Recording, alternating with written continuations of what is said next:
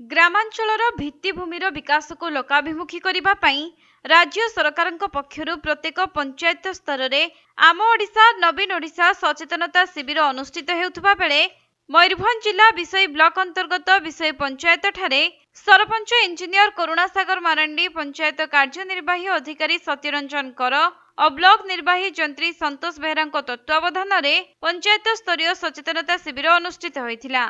ଏହି ଅବସରରେ ବିଷୋଇ ପଞ୍ଚାୟତର ୱାର୍ଡ ସଭ୍ୟ, ସଭ୍ୟା, ପିଡିଏସ୍, ଜେଆରଏସ୍ ଏବଂ ବ୍ଲକ କର୍ମଚାରୀ ମାନେ ଉପସ୍ଥିତ ରହିଥିବା ବେଳେ ଓଡ଼ିଶା ସରକାରଙ୍କ ବିଭିନ୍ନ ଜନକଲ୍ୟାଣକାରୀ ଯୋଜନା ସମ୍ପର୍କରେ ଜନସାଧାରଣଙ୍କୁ ବୁଝାଇବା ସହ ଅବଗତ କରାଯାଇଥିଲା।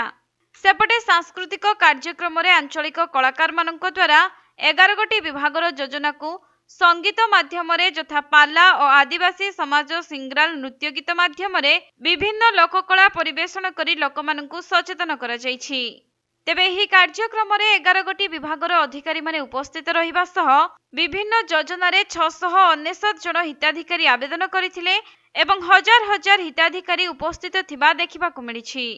आम विषय ब्लॉक रो विषय ग्राम पंचायत ठारे आम ओडिशा नवीन ओडिशा अवेयरनेस प्रोग्राम अनुष्ठित होईछि।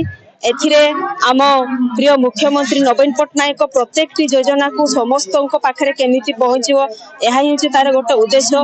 तेणु एथि बहु संख्यार बहु जनसाधारण समस्त उपस्थित होइचंती एवं समस्त अभियोग को एथि ग्रहण करा जाउछि। समस्त सेही प्रत्येक योजना रे केमिति शामिल हेबे से सब विषय रे आमे समान को अवगत करिछु। तेणु आपण माने देखंतु सब क्षेत्र रे समस्त सब प्रकार सुविधा आम प्रिय मुख्यमंत्री नवीन पट्टनायक करिसंती। तापरे सत्य भी बोध किछि लोक माने वंचित रहुचंती।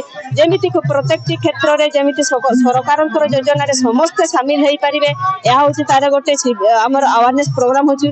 तेणु लोक माने एहा को बहुत सुंदर भाबरे ग्रहण करूचंती एवं सेमाने भी चाहुचंती प्रत्येक योजना लोकन पाखे जेमिति पहुंचे एवं सेमाने से लाभ उठै पारंतु। मयूरभंज जिला रायरंगपुर सुनील कुमार महापात्र रिपोर्ट के लाइव।